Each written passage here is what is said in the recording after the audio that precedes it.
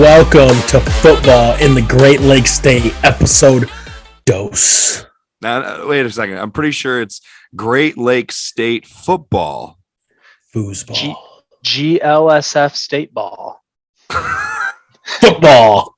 Whatever it is, we are talking everything football in the beautiful state of Michigan, the Great Lakes State. That is us talking football, episode 2 here, coming back at you with some awesome games from this past weekend. Going to talk about some of the action around the state, Division 1, 2, as well as the state championship games with a guest a little bit later here. But before we get to some of those hot topics, those hard-hitting football topics from the state of Michigan, we have a little bit of an announcement here. We have a new addition. We had last week in episode 1, Brett Johnson joining us as a guest. And after some big time discussions, decision making, and a couple drinks, we all decided that we were going to add Brett as an official co-host. Welcome, Brett Johnson, to Great Lakes State. Art Johansson. Happy to be here. Glad I passed initiation last week. It was a tough one. You guys graded me hard. Yeah, we put him through a series of tests, and he passed with flying colors, and Brett is officially a co-host with Kory and I. So what does this mean? Not really going to change a whole lot, although we do need to change the description in all of the socials and podcast areas. So no longer 2 GLIAC washed up football players, now 3, because Brett did actually play for a year at Grand Valley. So it keeps us true to our GLIAC theme there. But yeah, moving forward, there will be 3 of us. It's going to kind of help Kory out here because I have 2 little babies and Brett has 1. So if one of us is caught up 1 week, Kory won't. I've got cats. Kory's over there with 100 cats in his house. So he won't be all alone if one of us gets into a situation where we can't be available. So we're hoping this way too, that we can kind of spread out the content a little bit more in terms of the focus, each one of us having a focus each weekend in terms of what we're watching and paying attention to, so that we have a bit more knowledge and interesting content coming your way when it comes to football in the beautiful state of Michigan. Well, all right. With that, we're going to move on here, continuing on as a threesome. So very excited about that. All right. So what we got up first here, we're going to talk about Division II playoffs. Unfortunately, with Albion losing a couple weekends ago, the state of Michigan is out of the D3 playoffs. However, we do have 2 teams that faced off from the GLIAC in the Division II playoffs. That was Ferris State and Grand Valley State. Tony Anise and Matt Mitchell going up against each other for the 12th time, the 3rd time that they are playing in the playoffs, where they played each other in the regular season and then turned around, had to play each other again. This was Grand Valley's 21st appearance in the playoffs, Ferris State's 12th. And the last time that they met in the playoffs was 2016. They also met in 2015. So the final score of this game was Ferris State put a pretty big beat down on Grand Valley up in Big Rapids, 54-20. The Bulldogs handled the Lakers pretty much from the get-go. Unfortunately, Kory and Brett were getting wild and weird down in Ann Arbor, and I was at the state final games in Detroit, so none of us were able to watch the game. I did follow the game pretty closely on my phone, so I was always updated on the score. We pay attention pretty closely to the GLIAC. This is the most lopsided score in the series since 2015, when Ferris beat Grand Valley that year 61-24. And to my knowledge, that is the most lopsided series game in that history of that series between them. So it was not a good day for Grand Valley, to say the least. Grand Valley also had their 2 most point totals given up this year by both their games with Ferris State. Ferris State scored 35 on them the first time and then 54. Ferris State Grand Valley had not given up more than 20 something points in any of their other games. They actually averaged giving up only 13.5 points per game in their other 10 games that they played. So Ferris, needless to say, had Grand Valley's number this year. Anise has now won 6 straight games against Grand Valley. He is 10-2 overall in that series. against Matt Mitchell and the Grand Valley State Lakers. Pretty impressive. Tony Anise and the Bulldogs have now gotten 11 wins or more in 7 straight seasons, not including the COVID year. Pretty impressive run. Grand Valley finishes the season 10-2. This is their again 21st playoff appearance. They finished the season number 4 in the coaches poll. Grand Valley has not had a losing season since 1984. Pretty impressive run that they've been on, as much as all three of us kind of agree that we're not the biggest Grand Valley fans, but Yeah, I would just to chime in to cut this up from fact checking Vince, Jesus Christ, 100 facts later. I got you with all the trivia. Please take a fucking deep breath. No, just kind of following the social media aspect of this game because we weren't able to watch it. 33-7 at halftime. Ferris, starter, had 2 rushing touchdowns, 2 passing touchdowns in the first half. Pretty crazy. And like you said, they're 6-0 versus Grand Valley since 16. So I think the turntables have tided, or whatever that corny ass line is from that show I don't even fucking watch. So talking about The Office, and he goes, yeah, my, have the tide tables have turned. Yeah. Michael Scott, baby. Yeah. So I don't know. I think it's no longer a Grand Valley doesn't hold the crown of the state anymore. What do you think, Brett? Oh, cool. They've clearly lost it. You know, it's interesting. They started out the decade and Grand Valley had the longest streak in the series, ripping off 9 games. And Ferris State pulls Tony Anise from Grand Rapids Community College, where he either made it to the national championship or he might have won the national championship. Either way, it was a great hire for Ferris, and Ferris has now won 6 straight, like you've said. The tables have turned, and the good news is Grand Valley is going to the FCS. He also embezzled a shitload of money from GRCC, but nobody talks about that.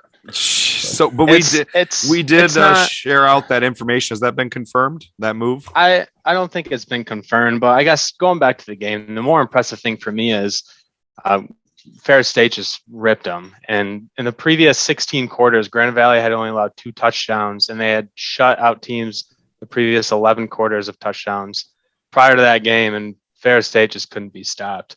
You know, the question is, I mean, Matt Mitchell, he's been there a while now. He's been there over a decade, and it seems like he doesn't really have much going for him right now. I was going to say, is he leaving? Isn't he married to the AD's daughter? Not anymore. There's a new AD. They hired a woman. Yeah, I always knew that was a big issue a couple years ago. But one of the things Matt does have going for him is he does have the calf tat of the head coach. He has a calf tat. I can't remember what it is, but he has a calf tat. So he's got. Is it the Ron Tyner calf tat? Is it a giant comet? I'm pretty sure it's a bird. I asked former GV wideout Dan Hummel today, and he couldn't remember, but he remembers the calf tat. We just couldn't remember what animal it was. But he does have that.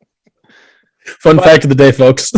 Grand Valley did only have 7 seniors this year, so they got a lot coming back. They got a young quarterback, but Ferris State mentally has got that team beat down. Yeah, the only other thing I would add in here is something that's impressive to me and stands out. I kind of mentioned when we previewed this game last week. Kory and I, Brett wasn't an official co-host yet, so he didn't make a pick for this game. I assume he would have picked Ferris. Kory and I both picked Ferris, and I had mentioned that I felt Ferris was prepping for another deep run like 2018. Here's a fun fact for you. They are averaging more points per game this year than they did in 2018. The 2018 team that went undefeated, only losing by 2 points in the national championship game. That team averaged 39 points per game. This team is averaging 46 points per game. Wow. That's crazy. So at 11, and they're playing. And they play number 3 ranked Northwest Missouri State this week. So that should be a hell of a – and it's the 5th straight time, 5 consecutive years they've met in the fucking NCAA Division II quarterfinals. How crazy is that? Can we just talk about how cool the D2 playoffs are? I mean, that game was awesome. It was played in the snow. It was in Big Rapids. We didn't even mention the Snow Bowl part of the game. Unfortunately, it's been even more impressive they scored that many points in the snow. It was a lot of snow. If you look up pictures and videos on Twitter, it was a lot of snow, way more than what was in East Lansing. Oh, yeah, absolutely. They're up in Big Rapids. They're in no man's land. But it's still a top Taggart field. It's a hard place to play, and the people of Big Rapids support that team. Yep. But it's always cool when the rivals get to play each other again for a rematch in the playoffs, regardless. Yeah, of I'm excited. Fortunately, I will be able to watch this game, Ferris State, Northwest Missouri State, this coming weekend. I'm very excited to watch a lot of conference championship games, and that will be one that I'll be putting on as well. Northwest Missouri State, like you said, is ranked number 3 in the nation, or did you say number 4? Number 3. Grand Valley was number 4. Yep. And Ferris State's number 3. 1. Northwest Missouri State has 1 loss. Their only loss is to Washburn by 1 point. And Washburn is 9-3 and also made the playoffs. Did get beat first round in the playoffs by Harding. And I will say that Northwest Missouri State did not get a bye, so they did have to play. They're in the same region as Ferris, so they did have to play 2 games. They beat Central Washington 50-21. They beat Harding 28-9. Northwest Missouri State in 13 games, 12 games, excuse me, 1 was a forfeit. In 12 games has only given up 121 points. That's 10 points per game. They've ran 2-1 to pass, which is also a ridiculous stat. Very impressive. I'll be very excited to watch this game because you have an incredibly unstoppable offense against a very stingy, most likely top-ranked defense in Division II. So Northwest Missouri State is a traditional powerhouse, has won many national championships in Division II, and then Ferris is more of a recent powerhouse. So this will be a fun one. I definitely hard one to pick. Kory, you want to make a pick on that one?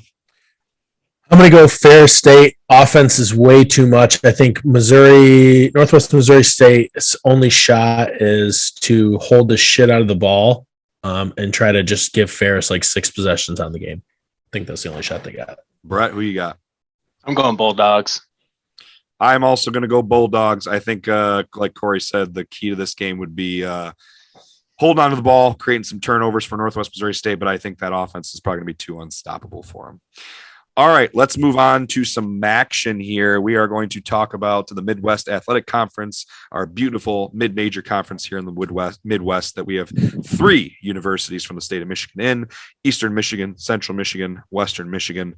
All 3 of them bowl eligible. Eastern at 7-5. Central is 8-4. Western is 7-5. Brett, if you are watching on YouTube, has busted out a classic old Central Michigan jersey there, supporting his Chippewas. But yeah, all 3 teams having very impressive seasons. A couple, I'm going to start us off. They're going to make fun of me, but I'm going to throw some trivia, some stats out here for you.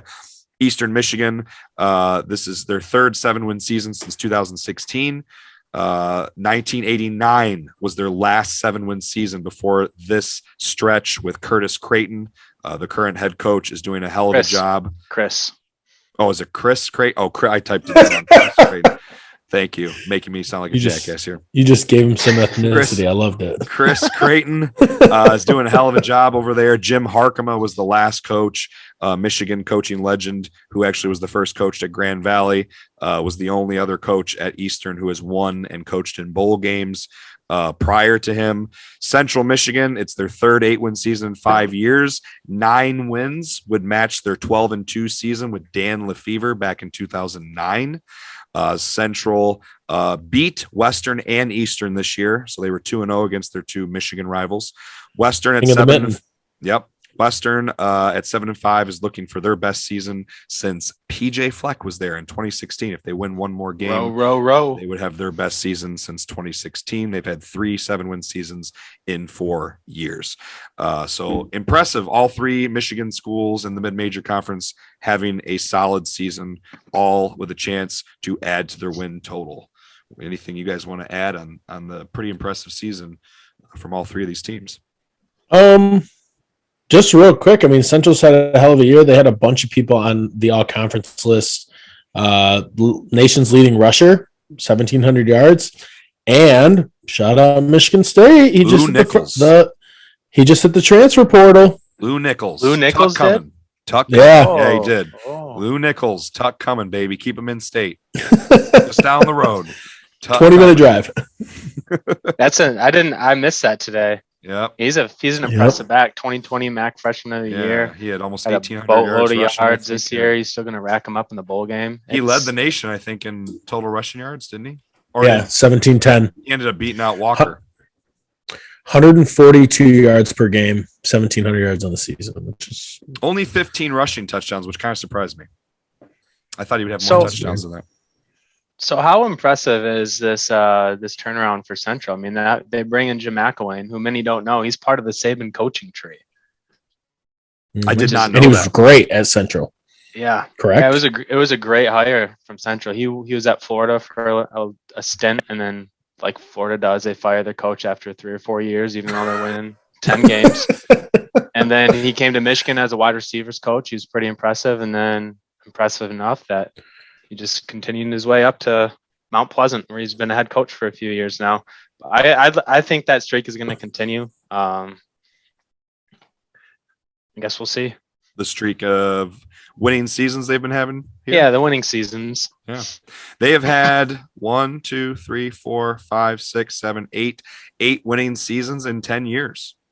And this is going to be 500 or better. So 6. This is his third 8-win season since he's been there, and not counting last year where they only played 6 games and went 500. Yeah, if he can win a game, it'd be the most wins since that Dan Lefevre, that magical seat. Man, that was national news when that team with Dan Lefevre was just – that team beat 3 Big Ten schools or 2 Big Ten schools. It beat Michigan State that year. I remember watching those games with Jimbo Simon. I went up there. There. I went to an Elkhorn State game with him. 48-0. Yeah, I was there with you, Brett. I went to that game. Oh, you were? It was us and Blake and Nick, I think. I think I was a freshman in high school. You must have been a sophomore, but yeah, I was like going up to Central. That Central Eastern game, they had a raucous crowd of 7,000 people. Quite the game there. Quite the game. All right, you guys have anything else you want to add on MACtion here with Central, Eastern, and Western? Your guys' boy from Michigan State is playing in the championship at Ford Field Saturday. Rocky Lombardi. Yeah, I guess we should finish with. I mean, unfortunately, none of as well as the Michigan schools played this year. They did not make the title game. Weird trivia fact here, though, from the season: Western Michigan has the distinction of being, I believe, the only MAC school who beat both teams in the title game. So Kent State and Northern Illinois are playing for the MAC title. Western beat them both. They pounded Northern last week in Northern Illinois. They beat them 42-21. Kory and I previewed that game in the last episode. I was not anticipating on Northern Illinois' senior night for Western to come in there and beat them so badly. But apparently Rocky Lombardi, I do not believe, played in that game. I think he was out. So regardless, to give up 42 points at home on senior night is pretty rough. Just a classic case of the Michigan teams beating up on each other. Yeah. Yep. And taking down the best Kent team State in the conference. Kent State -2.5. Brett, who you got? I'm going Northern Illinois. I think I like the way they play. I mean, Michigan shut them out, but I still think they have some talent. I can't trust the Golden State. What is it? The Golden Eagles. Thrashers, Golden Eagles. Yeah. The Eagles. I'm gonna. Yeah. They've been bad. They've had a pretty rough pass, but I'm going Northern Illinois. I'll go Kent State just to be devil's advocate. All right, now we can move on. I'm taking Northern Illinois. I'm taking Northern. Are we writing these picks down like last time? Rocky. Yeah, we can. Hold on, let me get a pencil. So we all I'm waiting for my beer from last we'll get week. to that. We'll get to that a little bit later here in the podcast. I'll give it to you in a couple Fridays. No, yeah, really, because you guys will all be here at my house. All right, moving on here. We have the Lie Downs next. Kory's favorite team, the beautiful, the wonderful Lie Downs. Kory, I'll let you take it over. You're the hardcore in-house Detroit Lions. Oh my God. So another loss to another shitty team. Lions drop one to the Bears. On another field goal. On another field goal. Holy Lions lose to the Bears 16-14. And to just put this into perspective for you folks, the Lions have not allowed more than 16 points in a game the last 3 weeks and still can't win. That's how shitty we are. And to put the icing on the cake, we've started Jared Goff twice, and his QBR is 29. I could have a better QBR in the fucking NFL than Jared Goff. That's how bad we are. Can't score, you can't win. 16 points. You can't score. That's 2 touchdowns. The Lions have scored over 20 points one time all year, and it was the first game of the year against the Niners, and they scored, I think it was 33. Their other highest point total Pathetic. is 19 against the Rams. Well, we're really bad. We're gonna solidify ourselves with the first overall pick. Who do you in take? Hutchinson. Who we Hutcher, taking? Thibodeau. And another fun fact is the Lions have the Rams first round pick this year, and the Rams have been slipping up a little bit, so we could get a mid-teen first round pick too. So here's my quick say, and then I'll let Vince go. I say you trade number 1 for number 4 or 6 or whatever, something in the top 10, and then you get 2-3 picks in the first round. You're going to get a DN. There's a trillion of them. Yeah, the Lions would find some way to screw that up more than they'd screw up the pick, though. Very true. All right, Vince, what else do you have about the Lions? Because they fucking suck, and it just makes me want to shoot myself. I am not really interested in adding much more. There's not really much to say about this team other than what we've already said. We spent quite a bit of time talking about these guys last weekend, and everything I said last week, I still feel the same. The only thing I was going to add is picking the Lions-Vikings game this weekend. Sunday. Really quick, the tickets should be free because DeAndre Swift and Dalvin Cook will both be out. There'll literally be nobody there. Oh, really? Adam it's in Thielen. Detroit yeah. too, isn't it? Yeah.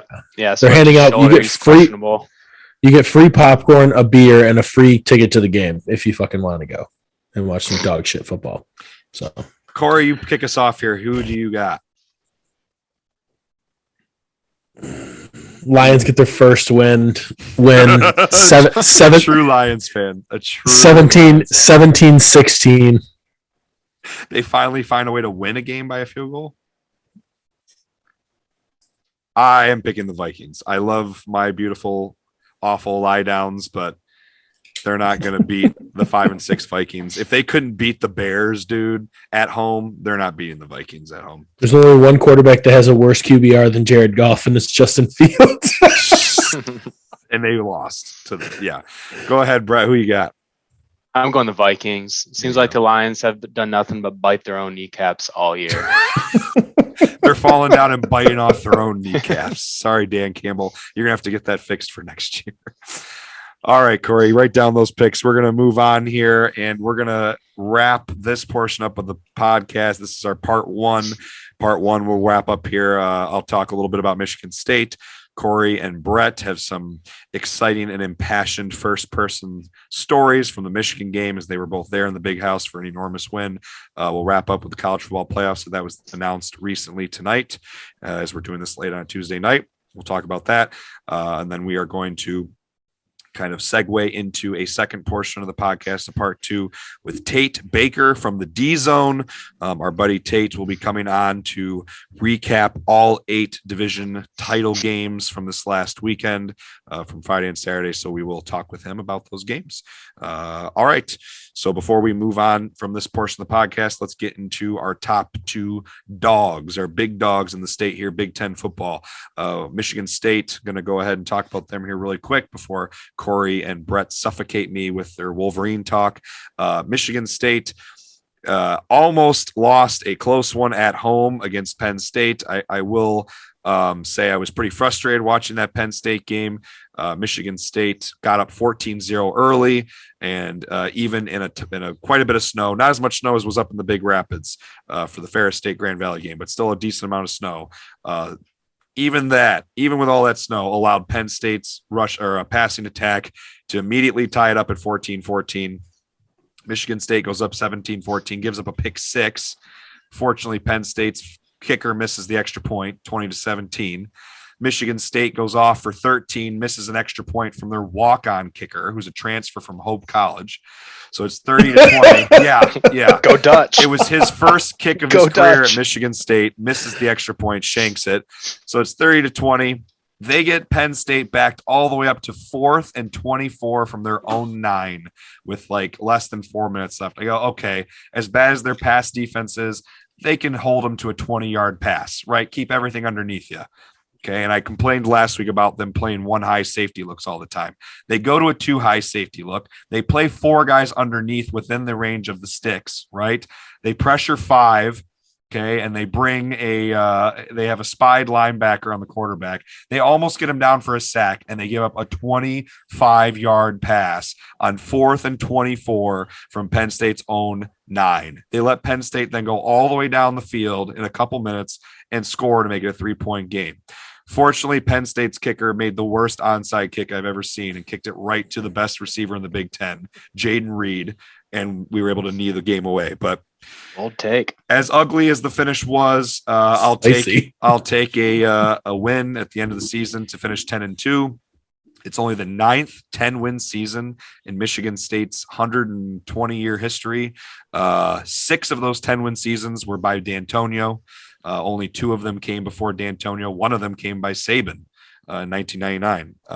So Tucker gets the 9th 10-win season in school history, the first coach at Michigan State to ever do it in his second year. Even D'Antonio, it took him till his 4th season to get to a 10-win season. So pretty excited about that.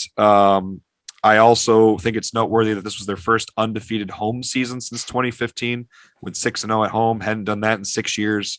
They return a quarterback who is very likely to set the single season passing touchdown record and break Kirk Cousins' 2011 record. Peyton Thorne is a good game in the bowl game. He's going to break Kirk Cousins' single season record for passing touchdowns. So he'll be back next year. Hopefully Jaden Reed, Jalen Naylor. I don't know if we'll get them both back. I think one of them's a junior. I don't think they're both juniors, but I think one of them is. We have a transfer running back coming in from Wisconsin. Kenneth Walker gets a couple weeks off. So hopefully he's got a good bowl game. We're going to talk about the college football playoffs here, but Michigan State did get ranked at number 11, so they should be guaranteed a New Year's Six bowl. The projections have shown the Fiesta Bowl. I saw some projections saying if Notre Dame didn't get into the playoffs, that MSU might play Notre Dame, which would be pretty cool. That'd be a huge. I could see them making that happen just for money. 2 huge fan bases. I mean, that would be a big time bowl matchup that a lot of people nationally would watch. So I'm happy. Before we move forward, hold on. Before we move forward, we can't let this slip through the cracks. You just said that Jalen Reed was the best wide receiver in the Big Ten. Jaden Reed. You said he was the best wideout in the Big Ten. He's one of. Pump the brakes. You don't think Ohio State has one of the best wide receivers? Ohio State has 3. So then where do you cut off one of? I mean, I didn't say he was the very best. I said one of the best. I guess I would say you wouldn't say he's a top 10 receiver? I'd say he's probably top 6. Wouldn't that be one of the best receivers? I mean, he's had a hell of a season. He has had a good season. I'm not going to take that away from him. I'm just busting your chops. He's not better. Yeah, I agree with you. He's not better than Ohio State's receiving core. Those 3 dudes over there are unbelievable. They have the 3 of the best in the nation. I mean, yeah, they do. But Jaden Reed has had quite a season as well.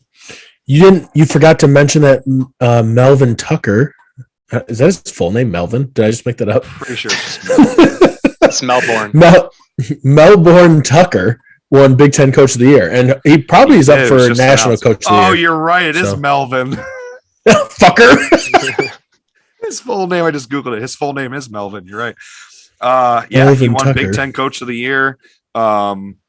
Obviously, there were some people who talked about Harbaugh getting it because Harbaugh had a pretty impressive turnaround from last year. I think Tucker just gets the nod for it being his third year ever as a head coach and second year at Michigan State after kind of their fall from grace and D'Antonio's last couple of years. And, one of the worst seasons in a while last year. That was abysmal. They were picked last in the Big Ten East this year. And I think that's the biggest thing is Michigan was picked to do well. Michigan State was not picked to do well. Oh, Michigan them at like 4 to 6 wins. Michigan was picked to be better than State, and State also beat Michigan. So, yeah, I give it to Tucker, man. It's a pretty impressive second season. But I think Harbaugh would, as we mentioned before we started recording, Harbaugh could very well be up for National Coach of the Year honors if he finishes strong here. He's got a couple games opportunities left here to really make a name for himself this season.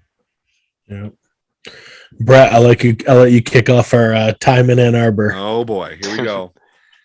I guess before I even talk about the time in Ann Arbor, I just want to touch on the job that Jim Harbaugh has done. It is honestly probably one of the most, what Mel Tucker did is impressive, but Mel also brought in a lot of new bodies, a lot of experienced bodies onto the team via transfer portal, where Jim Harbaugh, he's essentially got all the same players from last year with some freshmen that came in. They got a transfer defensive tackle that came in. They got a transfer wide receiver that came in, but neither one of them are really any of their big playmakers. I think it's so impressive the job he's done this year. And you could argue it is better than Mel with what he was working with. I mean, he cleaned out his coaching staff. He went back to the drawing board, changed his entire philosophy, looked in the mirror and decided he needed to lose 50 pounds. And literally, he did. I know. Yeah. And he's changed everything. He's a fiery guy on the sideline. He's talking shit to people in the post-game interviews. He's back to his old self. He's got his confidence and his swagger back. And I just couldn't be happier with the players on Michigan, and I'm so happy that they were able to go out the way they did. But they still have one more to play. I hope that they're not going to have a hangover game this week against Iowa, because Iowa's a team that likes to muck it up. If you recall, 2016, Michigan was a 24-point favorite going into Iowa City, and they lost the game on a last-second field goal. I was at that game. It was terrible. I don't think I talked to the people I went to that game until the next morning. It was a silent car ride home. But I guess to recap on the atmosphere in Ann Arbor, it was incredible. We rolled into Ann Arbor, my wife and I. Yeah, I guess we should mention, though, before you keep going, just for the people listening, Brett and Kory both went with their wives to the big house this weekend, and they were there. They celebrated on the field. Pretty cool experience. I'll let Brett continue, but just want to put that out there that these two guys had a hell of a weekend. It was, I mean, Kory could probably vouch for it too. I'm rolling up to Ann Arbor early in the morning. The place was popping. College game day was there.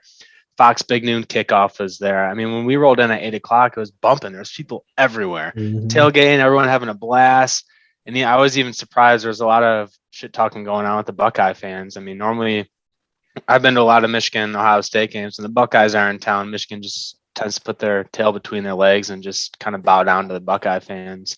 But it was an awesome atmosphere. It was a great game. The first half was really close. It honestly was. I think it was 14-13 going into halftime. Yep. And I don't know if you saw the video. I know Kirk Herbstreit tweeted it, but Michigan walking into that locker room at halftime, they were pumped up. They're flicking off the Buckeyes. The Buckeye fans are walking down, or the Buckeye players are walking up the tunnel, and the cops and the referees were holding Michigan back. There probably would have been a little tussle in the tunnel had they not been in between the two teams. But it was I've been to a lot of Michigan games. I think the Under the Lights game was the best game I've been to in person as far as like a back and forth game where Michigan came back and won, but just a thorough ass whooping that Michigan put on Ohio State was just so impressive. To send Michigan to the Big Ten championship, to ruin the Buckeyes playoff hopes, to end the streak. There was so much at stake for Michigan, and it was just a great game to be a part of. I completely second that. The minute you pulled up, it was just lines of traffic. I was actually shocked by how many Buckeye fans were there, not only tailgating, but in the stadium. It felt like it was like almost 50-50. But Michigan it fans was sold their tickets last August. Probably. But no, it was bumping. It was standing from the minute the first, I mean, literally, I don't think I ever sat down. I think I just stood since I walked in. And then waving that yellow ass little stringy thing that we got and screaming like a 12-year-old girl at the ice cream truck. No, it was unbelievable. And like Brett said, for the first time in probably my remembrance, except for when Ohio State was down, we beat them all game long. I mean, it just felt like we were just winning. And even at halftime, it was 14-13. It was close. Like coming out of halftime, you're like, dude, we got this. We've answered everything. Just some stats. Michigan was 6 of 7 in the red zone for touchdowns, which is correct. Or no, 6. Did we score 6 touchdowns? Because Haskins had 5. Yeah, and then AJ Henning had one. Yeah, and then the one we didn't get was Tate threw a pick on our second drive. Yeah, Michigan had the opportunity to go up 14-zip. 6 of 7 in the red zone, which line, didn't he? Yeah, 6 of 7 in the red zone, which is one thing that I said had to happen. And then lastly, we got Ohio State to third down 18 times in the game, which is crazy. They weren't 3rd and 1s or 3rd and 2s. They were 3rd and long. 4 to 5, yeah. So I think Michigan did. I mean, I don't know what Jim Harbaugh's plan was, but whatever it was, he executed the shit out of it, and it was all we needed. Cade Cade didn't have an incompletion in the whole entire second half. And I don't think Michigan's out there down in the second half either. Yeah, Cade was 14 to 20, 70% completion rate for the game. So, nonetheless, go Wolverines. Got the Hawkeyes this week. I'll be there, and I'll be screaming like a 12-year-old girl there too. So I'm pretty sure, Kory, we didn't get on. into it. Kory, you got 2 extra tickets, right? Not extra tickets. I just have no tickets. I ended up selling the other one. So Oh, you did? Okay. yeah, So who are you going with? my uncle Brett. So Oh, okay. I thought you were going to We say got- by yourself now.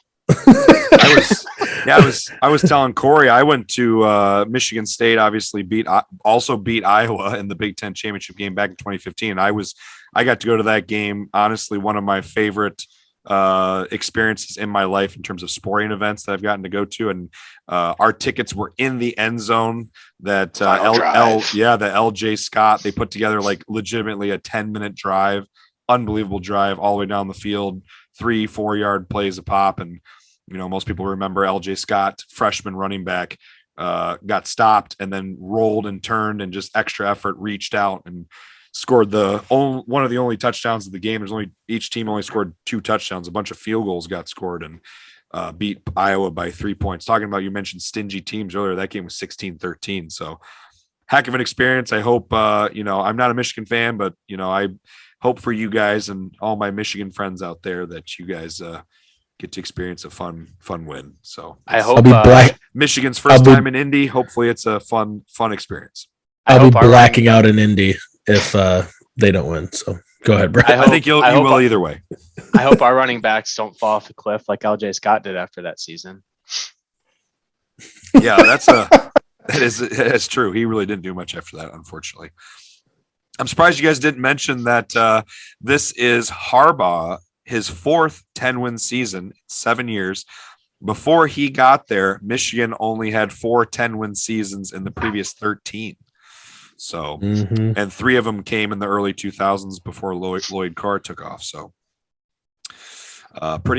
people who have talked about Harbaugh getting fired, we've talked about, I don't know why. I mean, he's doing a good job, right? I know the biggest criticism is not being MSU and Ohio State.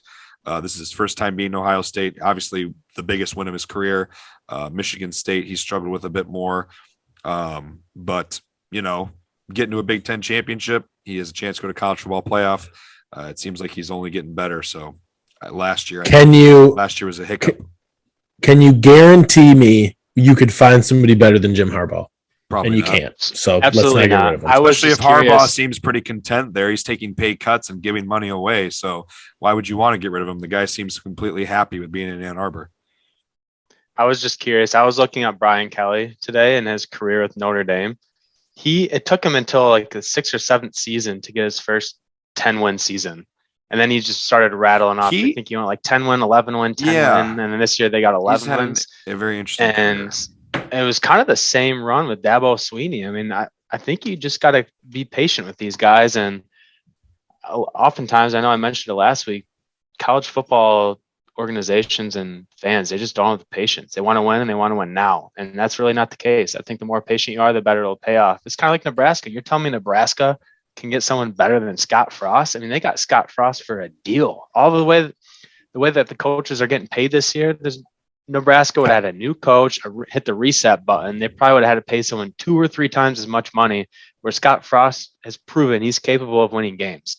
They were in every single game this year. He's also proven even that he can coach the greatest 3-win team of all time. College football's trendy. Scott Frost always out-hits everybody. College football is so trendy, and everybody who knows college football watches it. Think about any other industry, because the NFL doesn't even do this shit, that you don't interview for a job. You don't interview for a college coaching job. They literally just like shoot you an email and say, "Hey, your resume is on film. I mean, it's out there on. I know, but like, think about game you coach is your interview. Yeah, they interview in the NFL. Well, it's a little different in the NFL. In major college football, though, literally, it's like, "Hey, we'll give you 10 years, $100 million. The thing is, are you coming or no?" It's just crazy. The thing is, in the NFL, if you're a good coach on a good NFL team, you're not going to leave. In the college ranks, if you're a good coach in college, there's always a better job in college somewhere else. I think the big difference too is with recruiting, right? And building a culture and a program. Whereas in the NFL, you have the best of the best of the best players, no matter what. We talked about this. If you watch the Lions, well, we talked about this with the Lions. I think their biggest problem is their ownership, as we mentioned with the Fords. I think it starts at the top. I think if you don't have good good organization at the top, good ownership, good leadership up there, that it trickles down. Whereas in the college ranks, you don't have necessarily the best of the best, right? It's spread out. It's spread a lot more thin.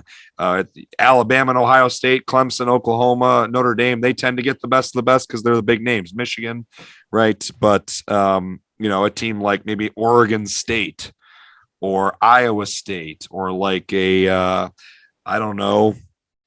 What's another major Boston College, Illinois. Yeah. They're major Division I programs that don't get those big names because not as many kids want to go there, right? So church. I think that's part of it.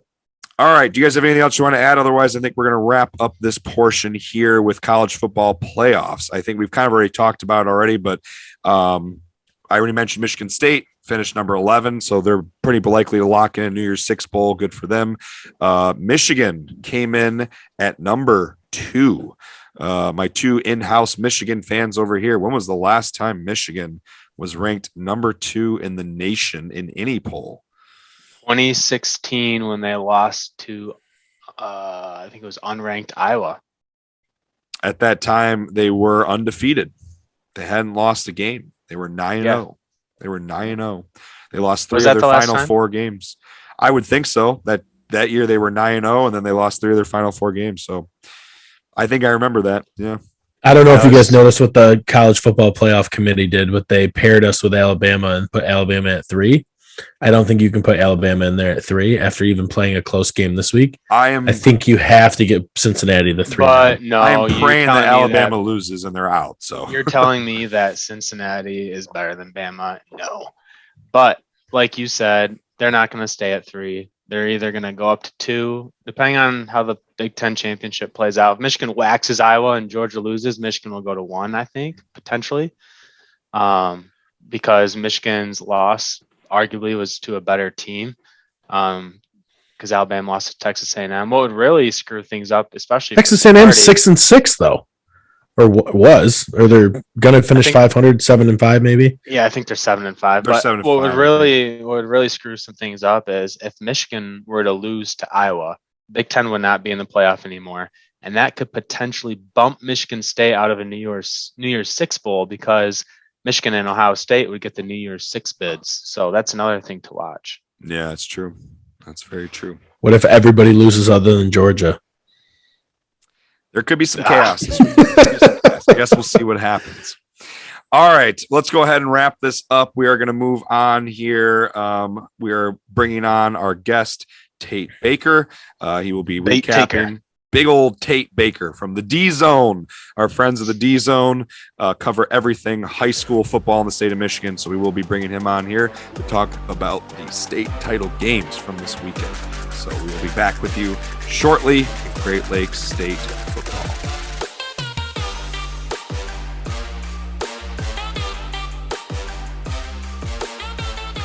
And we're back here, segueing into the second part of the podcast, episode 2, part 2 here. Going to talk about the MHSAA State Championship games. Last week, we had Brett on as a guest, and we did some picks for each one of the games there. Obviously, we just talked about how Brett is now an official co-host, and we should mention before we get going here that Brett won. A little round of applause here. Brett.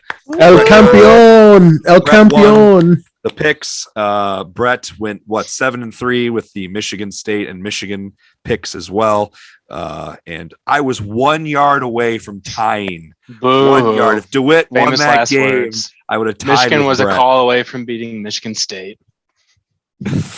Yeah, game of inches. We all know that. But anyway, so there was some scandal in that DeWitt game we can talk about later too. We'll get to that game a little bit later. But just wanted to mention Brett is the winner. He beat Kory and I, and he beat Kurt Richardson, who chimed in his his picks on Twitter. So nice job, Brett. Kory and I in a couple weekends here will be buying you a growler of Onyx Edge Black IPA from Brickhaven Brewing Company in the beautiful city of Grand Ledge, Michigan.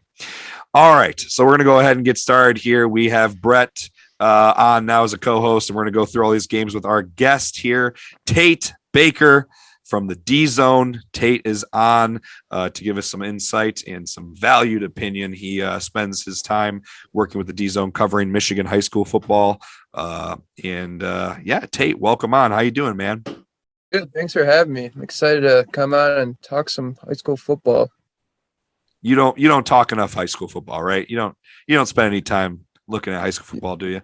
I feel like the majority of time I'm talking to people that probably don't want to hear it as much as as my enthusiasm kind of takes over. But I'm happy to share this platform from some guys that actually know the game and are as excited as I am to talk about it. Yeah, we actually care about it, man. We love it. We're all about it. You can tell us everything you want, man. So we are going to start in reverse order here. We will start with the Division 8 game. The even games were played on Friday, and the odd games were played on Saturday. But we're going to just go in order of the divisions. So we do have Division 8 first up. Division 8 was Hudson beat Beale City 14-7.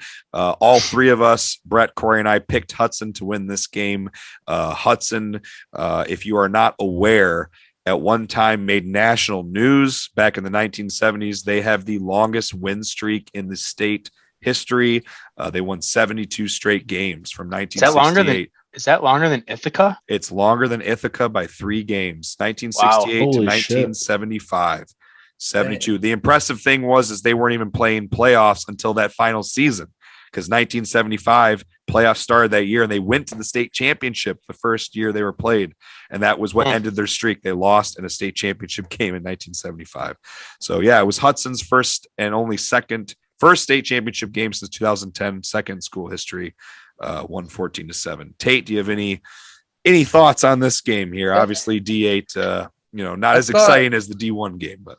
Yeah, so it's that D8 game starts at 10 o'clock, which is it's D8. You gotta be thankful for the opportunity to play on Ford Field. That's gotta be rough playing at 10 a.m. I actually thought that Beale City looked like they were the better team in that first half, but Hudson's running back Nick Coppin kind of just warmed down, and I think he broke 130 yards and he had 2 scores, and that was pretty much the determining factor there, but.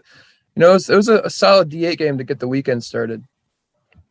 Yeah, and like we mentioned, and I kind of talked about it when we previewed this game, is both of these teams, and we're going to talk about this again in the second here with the D7 one, very defensive oriented, and we obviously saw that with the final score 14-7. Hudson gave up 99 points on the year, and 40 of them came in 2 games. So wow. Very impressive defense. If Beale City leans on their quarterback, who looked like the biggest person on the field, I feel like Beale City kills them. I mean, it didn't even look like a game. Yeah, both teams were very much load the backfield, under center, run heavy offenses. It seemed like Beale City had more of like a diverse offensive game plan there. They had a wideout that made some plays. Carter Fussman was his name, but I think that they had their chances, but at the end of the day, that ground and pound, and like you said, that defense kind of made the difference for them. Yeah, holding the team to 7 points in the state championship, which only two other teams, I guess, did over the course of the weekend. So pretty impressive performance there from Hudson. Congratulations to Hudson on their second state championship. All right, we're going to move on here. Let's get to the D7 game. You were speaking about 10 a.m. state championship games. My dad and I, actually Brett, our fellow co-host here, Brett, his dad, Mike Johnson, the three of us went to the Westphalia Lawton game at 10 a.m. at Ford Field on Saturday. I've been going to the state championship games with my dad and sometimes my brother and Brett's dad for well over a decade, since 2008. This is the first time we've ever made the 10 a.m. game. Never done it before, but I was really excited to watch a local team, and Kory's laughing at me, a local team in PW play. Jeremy Miller has had a hell of a career there at Westphalia. in 9 seasons. And he does it again. PW beats Lawton, a very, very good Lawton team, that was having their best season in school history. Beats them 14-10. They go 14-0 for the 3rd time in 6 seasons, 4th title in school history. Tate, what do you think about this game, man? PW was injury riddled too. They brought 2 of their best players back off of injury for this game. The thing that I think the number one thing that stood out to me about this game was the performance of Troy Wertman. He was their running back, linebacker, and punter. He had 6 punts for 232 yards. He averaged just under 40 yards a punt. And that's a game really like that, that's I mean, when you can punt for 40 yards a pop in a small D7 game like that, it's going to make all the difference in the world, flipping the field position like that. And I think, another defensive battle, and he kind of made some other plays on the offensive side of the ball that, helped Pewamo kind of pull through there. Absolutely. And speaking of defensive battles, going off of Hudson here, PW also 98 points given up on the season. Very, very impressive. 42 of them coming in playoff games to powerhouses New Lothrop and St. Francis. So another incredibly stingy defense here in terms of these small schools. I don't know about you, Tate, but something that stood out to me, because, again, I watched this entire game live. I was very fascinated by the fact that both these teams came out with loaded backfields. PW came out in power I, under center, pro formation, and Lawton came out in a straight T. And then they went away from it. Both of them, PW in the second half went to a spread offense. Lawton started going to a spread offense. I was kind of surprised by that. I know PW, I've watched PW. I know they do that, but it was just kind of funny, the difference between the D8 game and this game, to watch 2 teams where they're, loaded backfield, 30 personnel offenses weren't really getting it done how they wanted. So they just went to a spread. I mean, PW was going empty backfield more than once, 5 wide. I thought that was kind of interesting to see in a D7 game.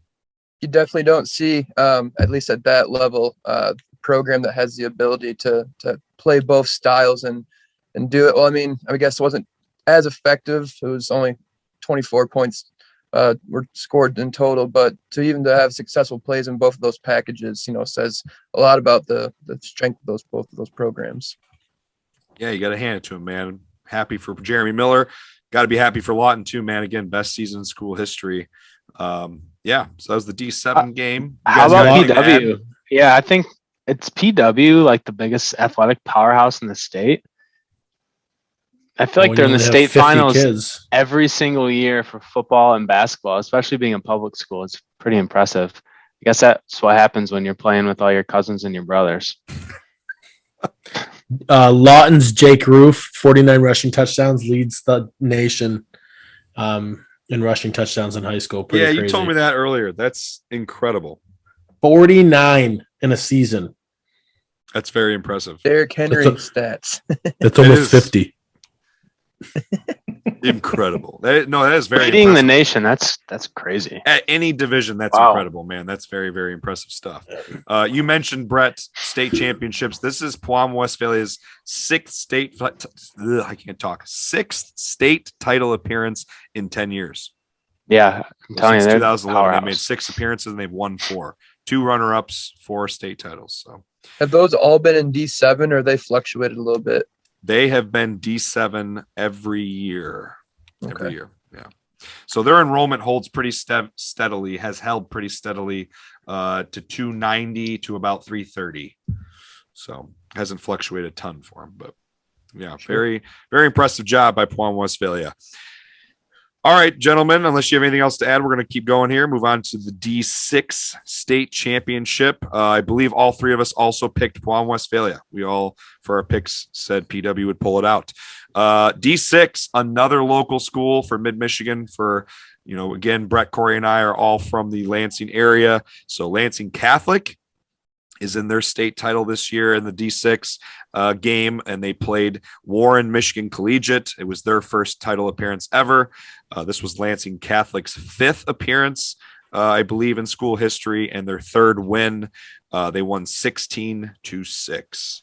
Tate, what'd you think about the Lansing Catholic game here? This was, I think, the drunkest game of the weekend.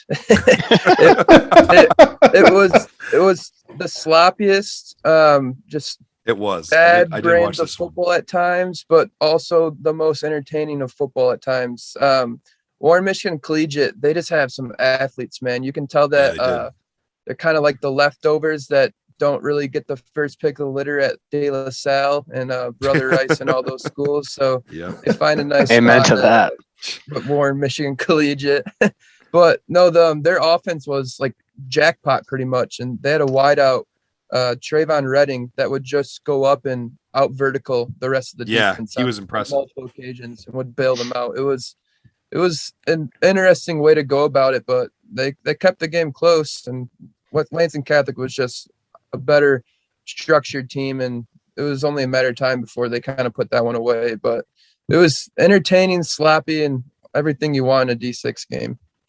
Yeah, and I think it's worth noting that Michigan Collegiate's a charter school, and charter schools first started opening in Michigan, early in the 2000s. So this was actually their only 13th or 14th season in school history. They're a very new program, Michigan Collegiate.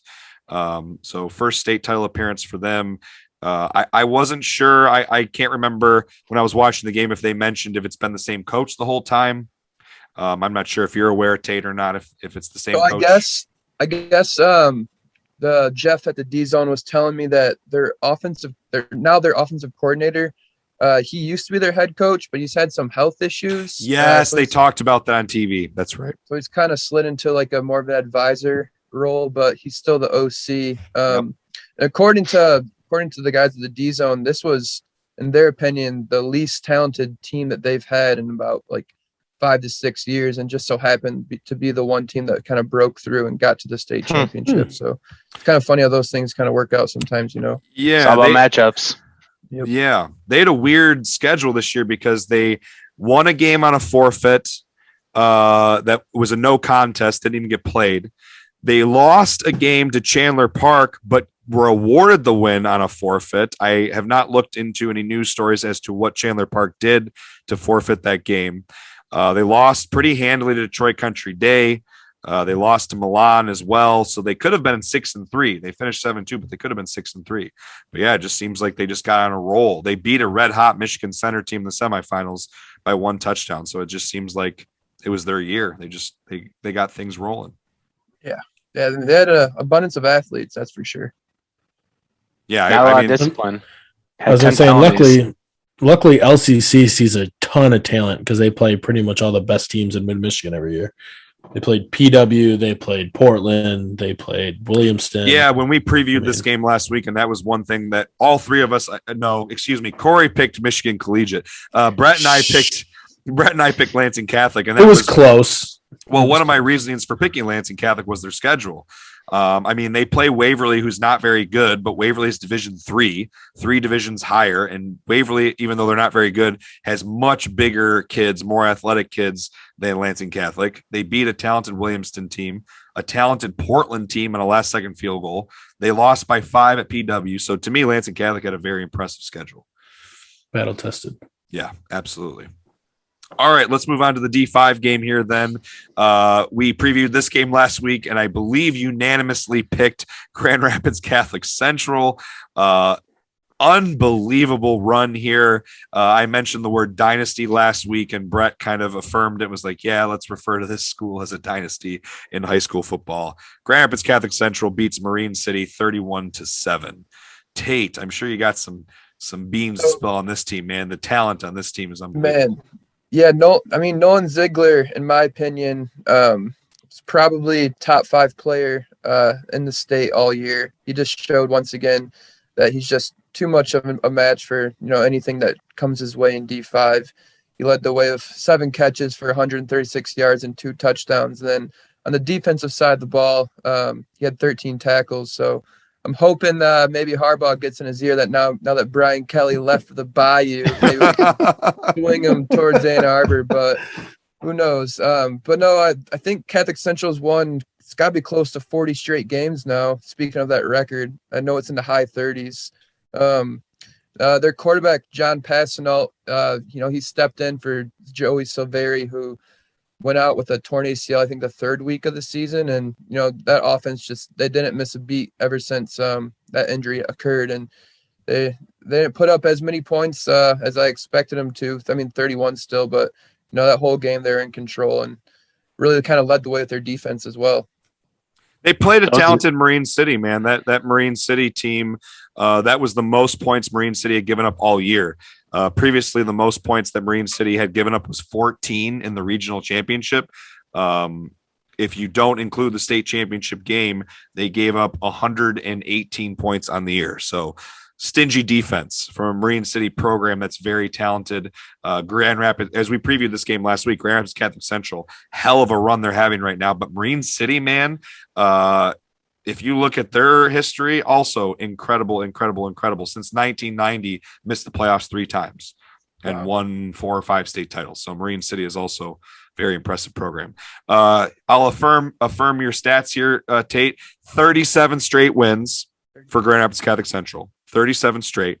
They have won 3 straight state championships, 5 in 6 years, 7th title in school history, and their 4th undefeated season.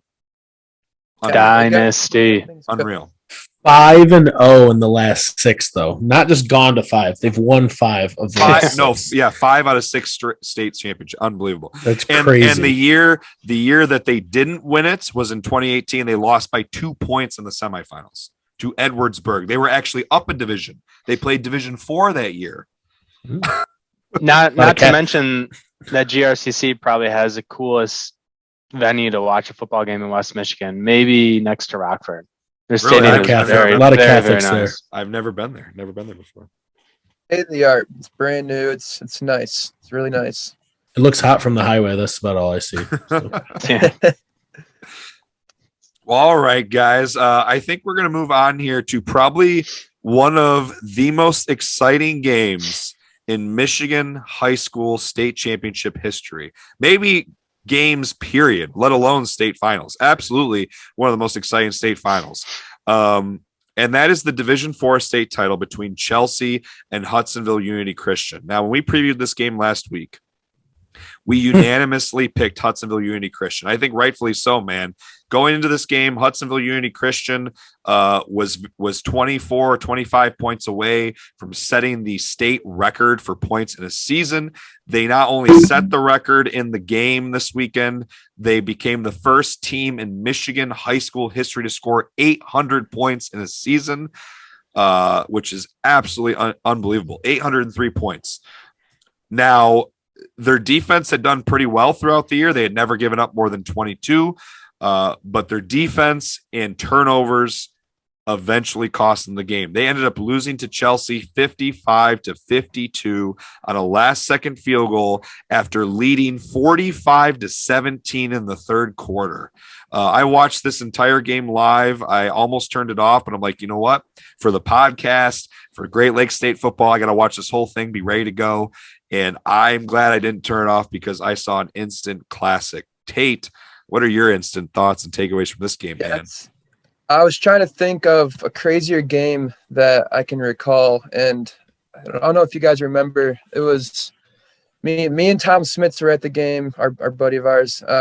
It was East Grand Rapids, Orchard Lake, St. Mary's. Oh, yeah. Yes. I think Robert Bolden was a freshman quarterback for Orchard Lake St. Mary's. He went to Penn State. I remember watching that game. I think I was at that game too. So that was that was like an 8 overtime game. Something like that. Something crazy like that. So I remember I think it was like midway through the third quarter of the Unity Christian game on Friday, I started working on other things, just getting ready for the next game, whatnot, just because, the game was a lock. And my coworker asked me, he's like, why is Unity Christian no longer going for 2? I was like, oh, yes, I know the game's a wrap. So they started kicking extra points. Yeah. They started kicking extra points, and they took out the Chandler twin and put him at like wide receiver. So I don't know if it was like a strategic thing or if he got banged up or something, but they took him out at QB and put in like another quarterback who turned the ball over, and they just started doing a bunch of like just weird stuff. Yeah, they panicked. Yeah, well, I thought the game was a wrap too, and then I think they got comfortable. When it was 40. So it was. This whole game I watched live, and you're right, Tate. They went their first 4 touchdowns of the game. They went for 2. It was 32 to 14. And then just before halftime, Chelsea kicks a field goal with less than a minute left to make it 32-17. And even the announcers were like, well, I guess this keeps it to 15 points, 2-score game. And they're like, oh, this half's almost over. And with less than a minute, they scored again before halftime, and they made it 38-17. And then they went for 2 and didn't get it. It was the only 2-point conversion they didn't get. Still a 21-point lead. They came out and scored in less than 60 seconds after the half and kicked an extra point. When they had gotten 4 or 5 in the first half, I didn't understand that you could go up 46-17, right? And you have a 29-point lead. And then they ended up scoring again. And imagine if you're up 54, right? 54 it would have been 54-31 at that time. I think it would have been as Chelsea started coming back. But yeah, I agree with you, man. I don't understand that decision to stop going for 2. Very weird. Was it 3 straight turnovers? Yeah, three straight turnovers like in a row. Last 2.5 minutes, 3 straight turnovers, and man, you deserve those. You mentioned that turnovers killed him. Goal. I thought that Chelsea field goal was a sad field goal at the time. I was like, you got to put up. It won them the game. You got to put up 6 points to keep up with this team. And the announcer said that. The announcers on TV go, "Oh, you got to go for 6 against this team." Yeah, and it turned out to be a huge factor in it. And so I was up at the press level, doing highlights and updates on that game. And immediately following that game, that's the last game of the evening. So there's interviews on the field opposed to in the tunnel. And I have never been so happy for a team and so sad at the for a same team. time just so devastated. I've never seen a group of kids just look so completely just defeated and shocked. Like they're not going to forget that for the rest of their lives. No, never. Both teams will. None of them are going to forget that. It's unbelievable. Gosh, I don't know how you blow that lead, and I don't know how you can manage to come back from that in a state championship. And what's also crazy is that I don't know if you could see it from up there, Tate, but on the replay from the field, if Unity Christian rushes that field goal at all, they block it. It was a good snap. Muffed the snap. What? I did not give see the kid that. credit. Give the holder credit. He dropped it and very quickly, incredibly quick hands. The kid who kicked it from a flat. He kicked it with a flat foot. I swear to God, he ran to the ball, stopped, and then kicked it. It was unbelievable. And it was not a gimme. It was like a 36-yarder or something too. It was like 30-something yarder. You know, one of the other fun facts of that game when I was watching it, it was one of the few games I was able to watch live. I think it was the third quarter, maybe fourth quarter, and it was like 4th and 5, and Unity Christian lines up to punt, and that was their first punt that they were the entire season, and then he faked it. He ran for a first down. I remember hearing that. I was like, oh, they got a punt. They don't know what to do. And he runs for the first down, and then they ended up having to punt again, so they had 1 punt their entire season. Then they ended up punting later on. Crazy. Yeah, I mean, I don't think they had a close game all year. They beat every team, I want to say, by at least 30. So they crushed everybody. So maybe not having that. They averaged over 50 points a game. They averaged almost 51 points a game. Yeah.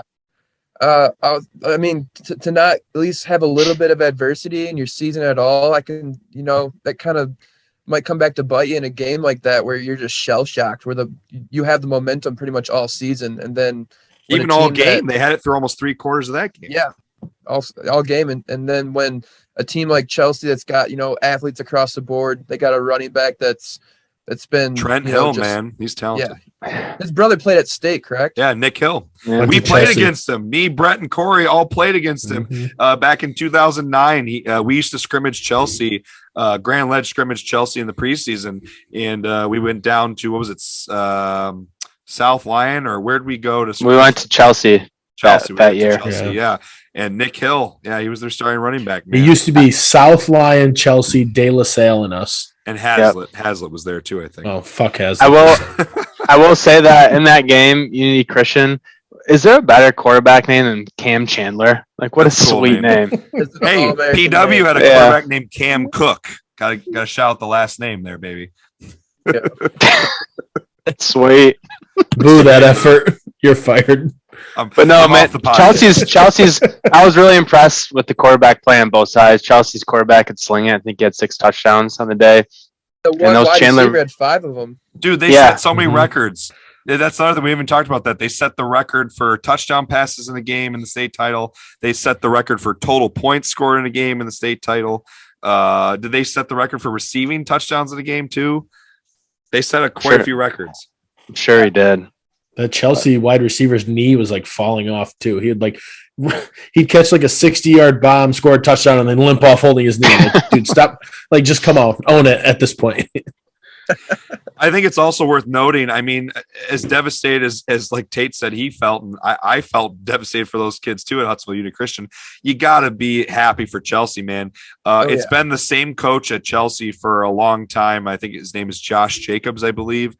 He's been there for a while, and he's taken Chelsea now to this is their 4th state championship he's taken them to, and they've come up short every time. They lost to River Rouge in the semifinals last year, the River Rouge in the semifinals the year before. Edwardsburg crushed them in the state championship in 2018. They got beat by Orchard Lake St. Mary's in the D3 state championship in 2015. And then he took them, I think, to maybe one other semifinal in there somewhere. But finally, in one of the most incredible games ever, gets Chelsea their first state championship in school history. Got to be happy for those kids and that coach, man. Pretty cool. It's always good to see the public school beat the private school. Brett over here talking about that like crazy, man. He loves it. I'm on board with that, Brett. All right. Do you guys want to add anything else in this game? Otherwise, we'll move on to the top 3, the 3 big dogs. Although D4, pretty amazing game, but we're going to move on, I think, through D3 and up here. All right, D3, another local school in DeWitt from the Mid-Michigan area, defending Division III state champs, beat River Rouge, who was the defending state champs from 2019 last year, returns to the state championship this year. DeWitt, to me, had an even more impressive offense this year. Their biggest problem to me coming into this game was their defense. Their defense in 12 games last year only gave up 80 points. They shut out more than half the teams they played last year. They shut out about 7 or 8 teams. Incredible defense last year. They lost a lot of linebackers and D linemen from that talented defense last year, but they lost almost no one from their offense. Their offense is even better. I mentioned this in the preview last week. This is the most points scored by a Rob Zimmerman team. Rob Zimmerman has only had one team in his tenure score over 500 points. This team scored 635. So the best offense he has had. It's also the most points DC Vince Cook has given up in his career. No, I gave up more to them last year. Oh, well, improvement. I wouldn't say that. We gave up 50 and a half, but we're going to move on from that. Anyway, I was worried about DeWitt's defense coming to this game, but it was their defense that kept them in it, as the final score was a loss to Detroit Martin Luther King, 25-21. The most amazing moment of the night was DeWitt going for it on 4th and goal, which I don't blame them. They didn't really have a choice in the waning minutes from the 1-yard line of King and coming up short. All they had to do was punch it in from 1 yard out, and they win the state championship, because at that point there was probably not much time left. Although, I don't know, King is pretty explosive, so maybe they figure out a way to win the game with a minute or 2 left, but pretty unlikely at that point. Tate, what do you think, man? This was an exciting game. I was hoping that they're going to get across that goal line there. I really wanted to see Dante Moore with the ball in his hands with desperation mode. But it just wasn't meant to be. That was probably the most anticipated of the 8 finals, I would say, from an even playing field standpoint, and the fact that, Dante Moore's the maybe number 3 or number 4 overall prospect in the 2023 class. And then with DeWitt, you got both of their wideout and quarterback are going to be going D1. But yeah. And they have another kid going D1 that Flegler. Is Flegler going to Air Force or Debris? One of them's going to Air Force. I'm not positive. I know McIntosh is going to Wisconsin, and then their quarterback's going to Brown, correct? Yep. I think it's Flegler's going to Air Force.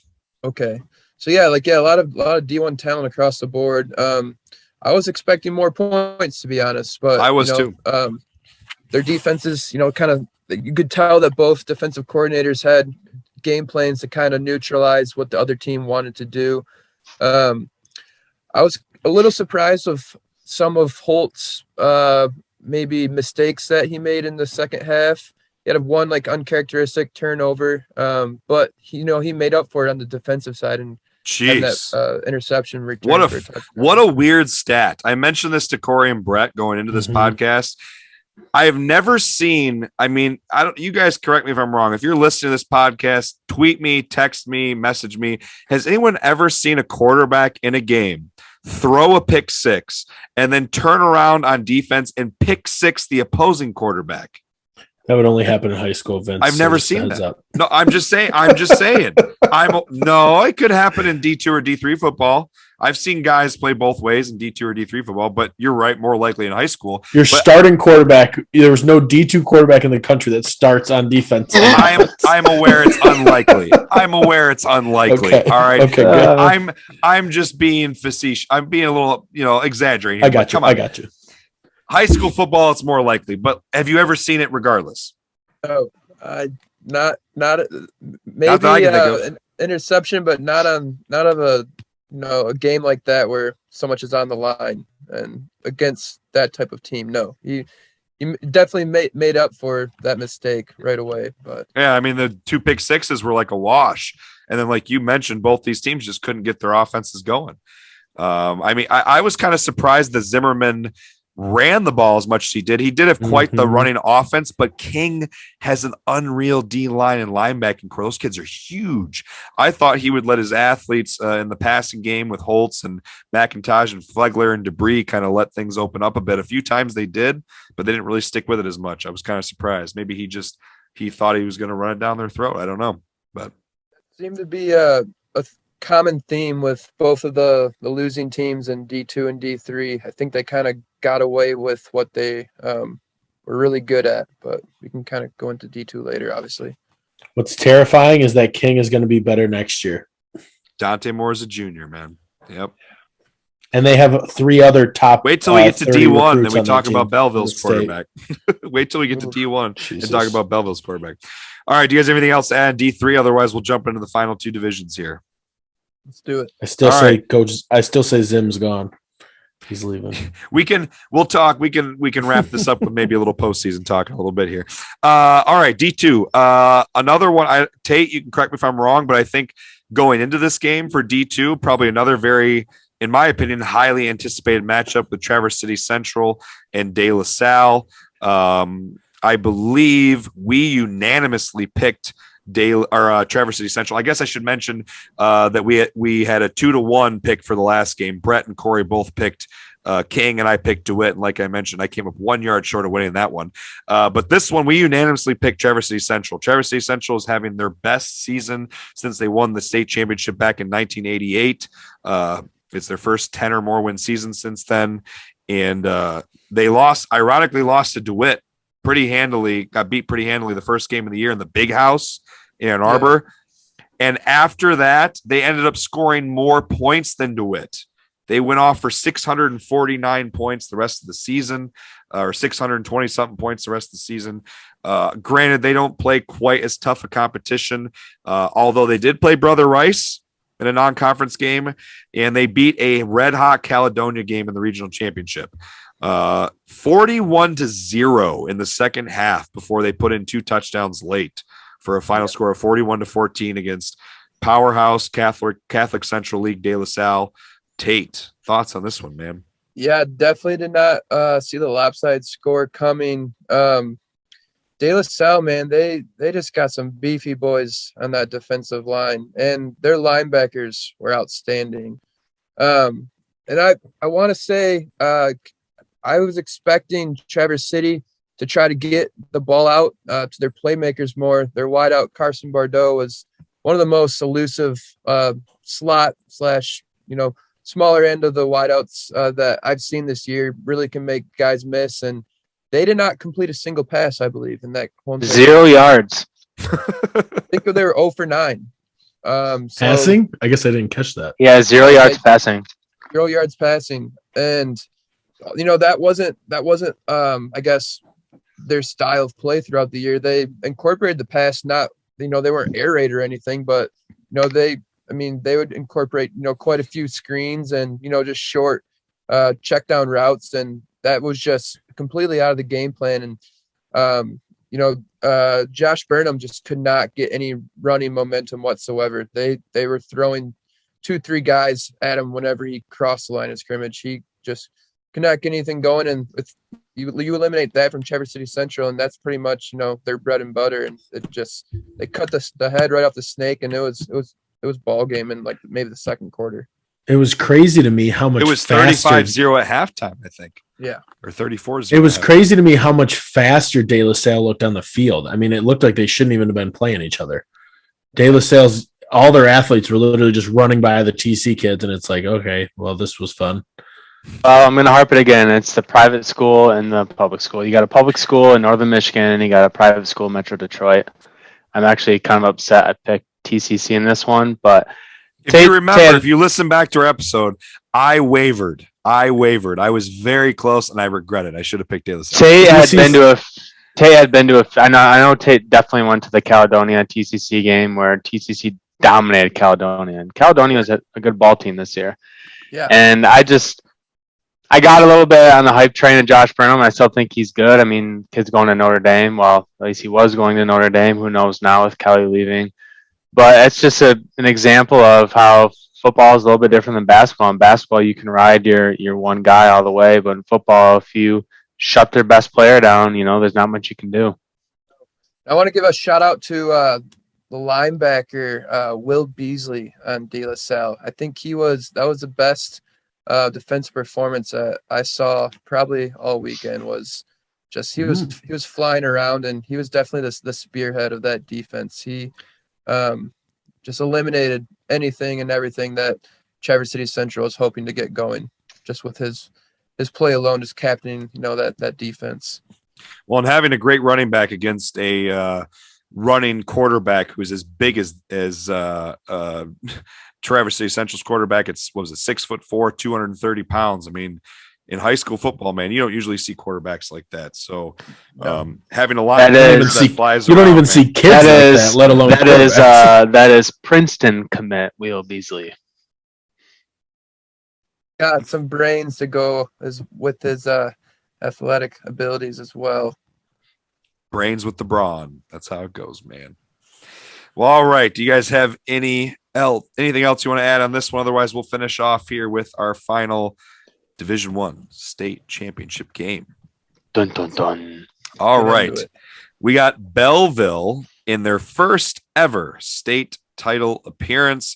Pretty cool. I feel like recently we have had some rotating teams in the D1 game, which I always like to see some new teams get in there playing for the state championship game. So it was cool to see a team in Belleville who had never been there before and had come painstakingly close in several semifinal games, including last year. Kory and I remember talking about this. Went for 2 against the West Bloomfield team that won it last year and did not get it. Lost 35-34 in the semifinals last year. Came up short. Were undefeated until that game. In 2019, we're undefeated. Came up by 3 points to Brighton, who I believe won it that year. And in 2018, lost by 12 to Chippewa Valley. 3 straight semifinal appearances finally get there. They played Rochester Adams, who had not been to a state championship since 2003, their only other appearance. And back then they were a D2 school. So they won the D2 state championship in 2003. It's the same coach. I thought that was cool on the big screen when I was at the game, because I did watch this game live on Saturday. They mentioned that this coach has been there for more than 20 years. So it's the same coach who won it back in 2003, finally gets back to another state title. And it does not go his way in the second half. So the final of this one was Belleville, 55-33. Tate, thoughts on this one? There's quite a few things we could talk about with this one. First off, Bryce Underwood, man, I think he's the most impressive freshman I've seen since J. Rue Campbell, former Ferris State Bulldog. Yeah, As we just long as talked he about the doesn't body Bulldogs. slam a security guard, you should be having a better career. Hopefully. I hope so. Fingers Yeah. He's crossed. very good at Ferris, so He was very good at Ferris. But yeah, Belleville, man, it was, the time was coming for them to finally break through and get a ring, and you could tell this was a year. So many athletes on that team, and Rochester Adams, they're in the fight for a good part of the game, and then just towards the Yeah, it was a 1-score game at halftime. yeah, towards the end of that, third quarter, you could tell that there was just a different class of athletes on the other side of the ball. Jeremiah Caldwell had a big day. Only caught 4 passes, but amassed 203 yards and 3 touchdowns. Jeez, So, Pete. I mean, whenever you can do that, that's quality production, efficient production, I should say. That Parker Picot, is that how you say it? Picot? I don't know if it's a French pronunciation or not, but Yeah, Rochester I think so. Adams. Rochester Adams quarterback. He had a good game. They run that. Is it a veer? It's an interesting offense. It's like Yeah, I unfortunately didn't get to watch that game. Yeah, it's what we run. We run a triple option offense. I think it's unusual. I would be curious to know why that coach has their wings, their slots line up in a stagger stance. I don't know if you noticed that, Tate. They don't line up square. They line up scrimmage. Yeah, they line up in a stagger stance, almost like a sprinter stance, and they put their in the pistol. The back behind the quarterback is in a 3-point like a fullback. So. Very interesting. It was very effective for them this year. I think it gives you more lateral movement coming out of it. I'm sure their coach has a reason for doing it, and obviously it worked for them. They had a heck of a year. Quarterback's only a junior too, so they'll be back. And I believe that quarterback is a Alabama baseball commit. So Holy shit. Just a weird tidbit there. But just a very strange, maybe not strange, but strange to me, an offense I've really never seen before. And stylistically is a fun, entertaining D1 game. I do want to say, if the MHSAA wants to get this right. Yes, I know what you're going to say. An easy fix to this. There's never good attendance at that game. It's because the Michigan-Ohio State game is on the exact same time slot. Put the D1 game on 8 o'clock Friday night. You have people going into Ann Arbor every other year for that game. I guarantee you that lower bowl will be full, near to full, if that D1 game is on Friday night at 8. Of course, you can't count on MHSAA to do anything that's, seemingly reasonable. That makes sense. Easy thing to do. So that'll never happen, but that seems like an easy fix to me. We did. Brett brought this up last week. Yeah, I just wanted to touch on the attendance. I was able to gather some numbers. So the Friday games, there was 18,711 fans that attended throughout the day. On Saturday, there was 19,843. So there was slightly more. But to Tate's point, I think if you shift the start time in that D1 game, you're going to add at least 5,000 more fans because, Belleville, Rochester, Adams, those are both local teams. A lot of people want to go see them play. It's always a good game in D1. The MHSAA has to get this right. And the thing is, a couple of years ago, I think it was like 10-ish years ago, Ohio State used to play Michigan the Saturday before Thanksgiving. So there was never a problem. And then when the Big Ten and FBS level expanded to 12 games, they then had to shift to the following weekend. So now it coincides with the D1 game. But I agree, Tate. It's probably a separate discussion. We can go on all day about it, but they need to get that right. I have pull in the MHSAA now. I'll pass the message up. Yeah. Kory's mom works there. My apologies to your mom. It's fine. She just manages the finances. It's fine. When did your mom start that job? I didn't know that. She is like the head of finance for the MHSAA now, and she's been there for probably 4 months. Tell her to tell Mark Ewell. She's technically an exec. Yeah, Mark Ewell. Tell Mark Ewell they gotta fix the from D1 Vince. Vince says you need to fix the D1 time slot. Vincent Cook. Listen to our podcast, Mark Ewell. Come on, Mark. Come on, help us out here. Give us some love, baby. We got the D zone on here. We're talking about Michigan football. Come on, get us going, baby. All right, yeah, I agree with you, Tate, man, and Brett I think brought it up last weekend. I think it's interesting, Brett. You brought up the attendance difference. I think it should be even more, because if you think about it, all the bigger divisions are playing on Saturday. 1, 3, 5, 7 opposed to 2, 6, 8, 2, 4, 6, 8. So you're talking about every division technically is one higher than the even with the odds on Saturday. So you should have more attendance. Bigger tend to be bigger schools, but that's too bad with the Michigan Ohio State game. People are going to watch that game. I mean, they're going to go to it. You got a lot of Michigan fans in the state of Michigan, so come on. I think they should fix that. I think you're right, 100%. But who knows if they ever will? Probably not. Like Tate said, unlikely. Well, all right. Any final thoughts coming out of this weekend? Otherwise, there's one other thing I thought we could ask Tate about, and we can wrap it up. I have one thing to touch on. I'm really happy that for the players, especially the seniors this year, they're able to play out their season. I know there were some cancellations due to COVID, but myself, being able to play both my junior and senior seasons, those are some of the best memories I have in my athletic career. And I'm happy that those seniors were able to play out their season fully, and the playoffs continued as usual. I think there was only one playoff game that was canceled due to COVID, and it was in the earlier rounds.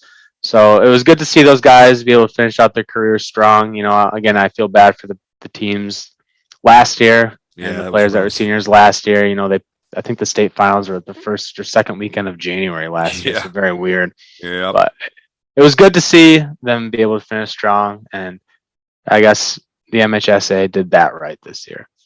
I think there was a lot of energy in the season too, which is good. I went to a handful of games. It felt like people were happy to be out.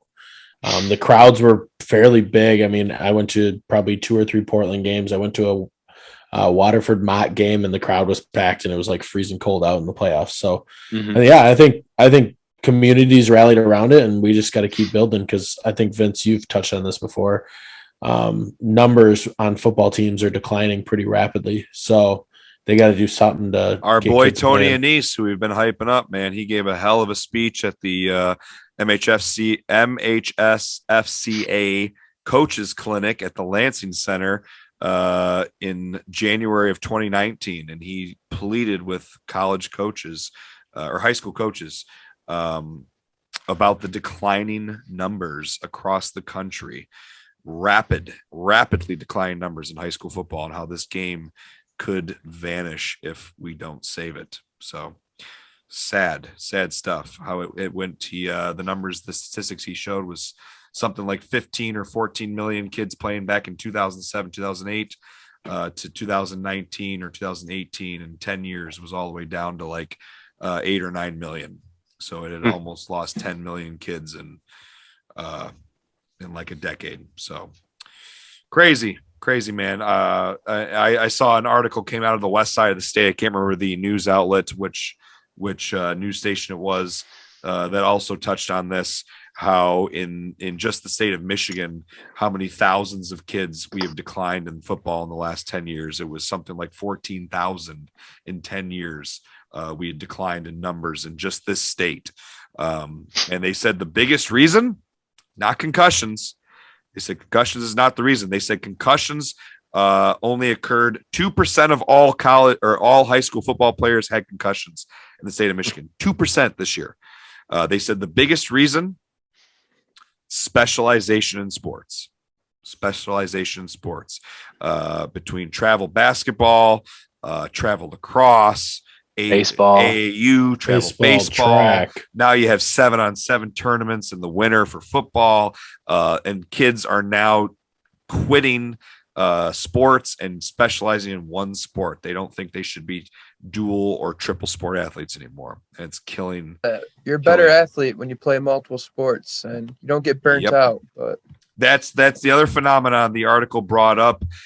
Kids who are playing baseball year round are experiencing Tommy Johns earlier than ever. They said kids who are playing basketball year round are getting shin splints and knee problems more than ever. So they said kids specializing are experiencing medical problems because they're getting burned out. It's creating issues for them. So yeah, I hope it's something that can be corrected soon. I think it's an information thing.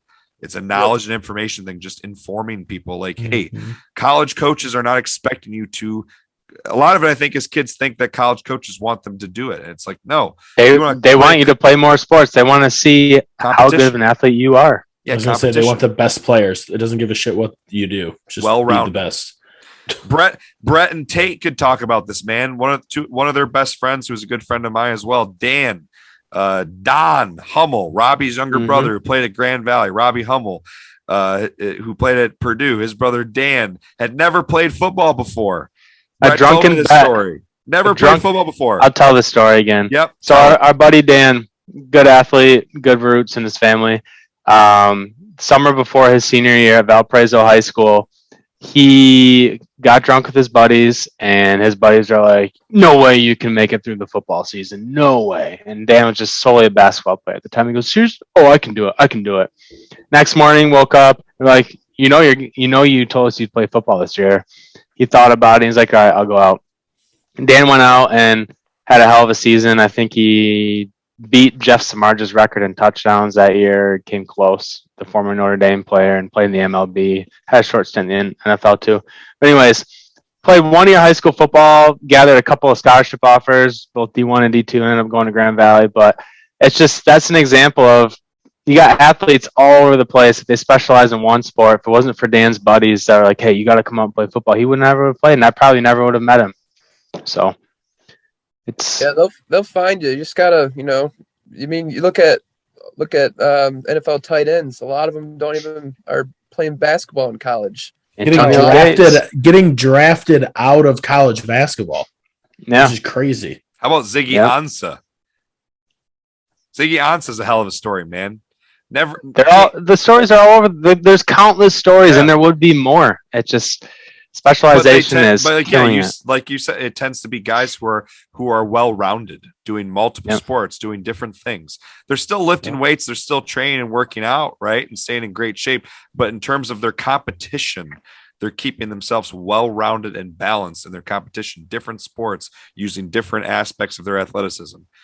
Different muscle groups. It avoids being burned out and injuries that happen when you specifically burn out doing the same thing over and over and over again. So, all right, we'll get off our soapbox here and we'll kind of wrap things up. Tate, the last thing I wanted to ask you, and Brett or Kory could chime in if they had any opinion on this, but the last thing I want to just really quick wrap things up with, do you have any insight to next season, any team that you think might be hot? Any team that people should look out for in the state of Michigan for high school football next year? Maybe one of these state championship teams or runner-up teams, or maybe a team that didn't make it there. I'll just keep it on the west side, just because I saw the majority of teams from the OK conference and those divisions. Caledonia is going to be very good. They had I think every single one of their skill players was a junior. They're going to lose a couple of bigger guys on their line to D2 levels, but they're going to return their quarterback. Their running back was a sophomore. All three wideouts that contributed are back, so they're going to be probably the favorites in the red. Catholic Central, that will always reload, so I'm very interested to see if they can continue that win streak. Win 4 straight state titles. Yeah. Other than that, I think it might be a little open on the west side. We saw West Catholic kind of make an emergence back into being the program that has been recognized as one of the best of the past decade. So I like to see if that can continue. Their running back is also back, who was probably the best running back in the area all this year, and Tim Kolaska. So I'm looking forward to seeing him continue to put on some dominant performances. There's always, teams that kind of pop up and, outshine or kind of go over their expectations. So I think those three teams that I mentioned will be, teams to look out for, state championship contending teams. But I think those three, and we'll see if any surprises come off of outside of that. As Kory and I always talk about, man, high school football, teenagers are unpredictable. I feel like you never know. Lift the shit out of them. You never know. And I think there's another aspect that maybe isn't getting talked about so much right now. And obviously there's a lot of transfer stuff going on in college. I think we're seeing the same thing in high school. And even locally, I know this year there was a player from Lowell, wide receiver. He's going to Army, and he ended up transferring to Rockford at just like a week or two before the season started. And he ended up being a key player for Rockford this year. And it's just when you have movement like that, that's just one example. I know there's hundreds more. It's hard to predict what's going to happen the next year. But obviously, in GR, Grand Rapids Catholic Central will be back. I mean, I think we can all mark that down right now. PW will probably be back. But aside from that, I think there's just so much change that goes on. And your development from a 17-year-old to an 18-year-old, you're growing into a man. I mean, a lot can change physically in 1 year. So it's hard to predict, which is what makes high school fun. I mean, if we knew who was going to be good every single year, I mean, naturally you'd want to go play for those teams. But it's high school football is probably one of the more fun things or fun sports to follow, in my opinion. I'm excited to deep dive back into it now that I'm first year out of coaching, kind of just took it to golf, but I'm going to expand my horizons. You're an old man. You 30-year-old old fuck. I'm going to expand my horizons to high school football and get around the area and check out some games, especially if we're going to be doing this. And we probably have to do it without Vince because he'll be coaching and swamped. So, which is why we added a new co-host, because it's going to be helpful. Probably come next fall. Bart, get ready to travel the state and watch the Bart Johnson. Maybe we can partner up with Tate in the D zone and get some more action and coverage there. But that'll be for the future. That's down the line. Well, all right. It is a bright future indeed, man. As Tate texted, when I was texting him about this, he was saying how excited he was just because there's just not a lot of coverage of high school football. So obviously the D Zone does a hell of a job every year and has done for, I think, more than a decade now covering high school football. So we would love to throw our hats into the ring. And obviously we're looking to also talk about any level of college football in the state as well. But we're going to always support the high school kids, everything in the state of Michigan, man. Tate, thanks for joining us, man. Appreciate you coming on, taking some time to be with us here, talk about state championship games. Hopefully we can get you back on sometime soon. Absolutely. Thanks for having me on. This was a blast. For sure. Anytime we get a chance to talk about football, we're always going to have it. We're always going to look for it. And thanks, Tate. Thank you, sir. And thank you, Vince. Thank you, Vince. I try my best, man. Well, all right. Thank you for listening. Hope you enjoyed as we mess around football in the Great Lakes State, GLSF ball, Great Lakes State football, whatever you want to call us. We're here talking about football in the beautiful state of Michigan. And we'll be back next week to talk about some MACtion and hopefully Ferris State moving on. Talk probably a little bit about Michigan State, previewing the Michigan's Big Ten championship game. We'll probably find out at that point where Michigan State likely will fall with a bowl game. And have some interviews coming up, some exciting things going on. Thanks for listening, and we'll be back very soon talking about football in the Great Lakes State. Go Blue. Go Green. Go Blue.